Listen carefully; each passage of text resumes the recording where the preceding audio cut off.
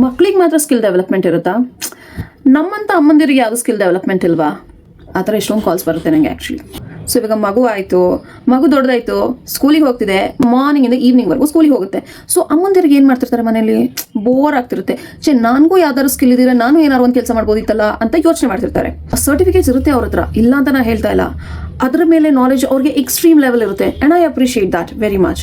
But problem ಏನಾಗುತ್ತೆ ಗೊತ್ತಾ, knowledge ಇರುತ್ತಲ್ಲ, ಆ ನಾಲೆಜ್ನ ಅವರು ಓಪನ್ ಅಪ್ ಆಗಿ ಹೇಳೋಕ್ಕಾಗಲ್ಲ, ಎಕ್ಸ್ಪ್ಲೈನ್ ಮಾಡೋಕ್ಕಾಗಲ್ಲ, ಡಿಸ್ಕ್ರೈಬ್ ಮಾಡೋಕ್ಕಾಗಲ್ಲ ಏನು ಕಲ್ತಿದ್ದೀನಿ ಅಂತ ಅಂದ್ಬಿಟ್ಟು. ಸೊ ಏನು ಪ್ರಾಬ್ಲಮ್ ಆಗ್ತಿದೆ ಅವರಿಗೆ ಅಂತ ಅಂದರೆ, ಒಂದು ಸ್ಕಿಲ್ ಲ್ಯಾಕ್ ಆಗ್ತಿದೆ. ಸೊ ಯಾವ ಸ್ಕಿಲ್ ಅಂತ ಅಂದರೆ ಪಬ್ಲಿಕ್ ಸ್ಪೀಕಿಂಗ್. ಸೊ ಅವ್ರಿಗೆ ಏನು ಅನ್ಸುತ್ತೆ ಅಂದರೆ, I know everything but I am not fit to be in this position ಅಂತ ಅನ್ಸುತ್ತೆ. ಸೊ ನಿಮಗೂ ಆ ಥರ ಏನಾದ್ರು ಯೋಚನೆ ಬಂದರೆ, I want to be fit in that particular position ಅಂತಂದರೆ, do call me, will give you public speaking classes so that you shine in your work place. ಈಗ ನೀವೇನೋ ಬಿಸ್ನೆಸ್ ಮಾಡ್ತಿರ್ತೀರಾ, ಕ್ಲೈಂಟ್ಸ್ ಎಲ್ಲರೂ ಕನ್ನಡದಲ್ಲೇ ಇರಲ್ಲ, ಕ್ಲೈಂಟ್ಸ್ ತಮಿಳಲ್ಲಿ ಇರ್ತಾರೆ, ತೆಲುಗಲ್ಲಿ ಇರ್ತಾರೆ, ಎಲ್ಲನಲ್ಲೂ ಇರ್ತಾರೆ. ಬಟ್ ನಮಗೆ ಒಂದೇ ಒಂದು ಕಾಮನ್ ಲ್ಯಾಂಗ್ವೇಜ್ ಏನು ಗೊತ್ತಾ, ಇಂಗ್ಲಿಷ್. ಅದು ಒಂದು ಬಂದರೆ I can rule the world. ನಿಮ್ಗೂ ಹಾಗೆ ಅನ್ಸಿದ್ರೆ ಪಬ್ಲಿಕ್ ಸ್ಪೀಕಿಂಗ್ ಅಂತ ಟೈಪ್ ಮಾಡಿ. ಆ team will get back to you and trust me, it's an amazing journey.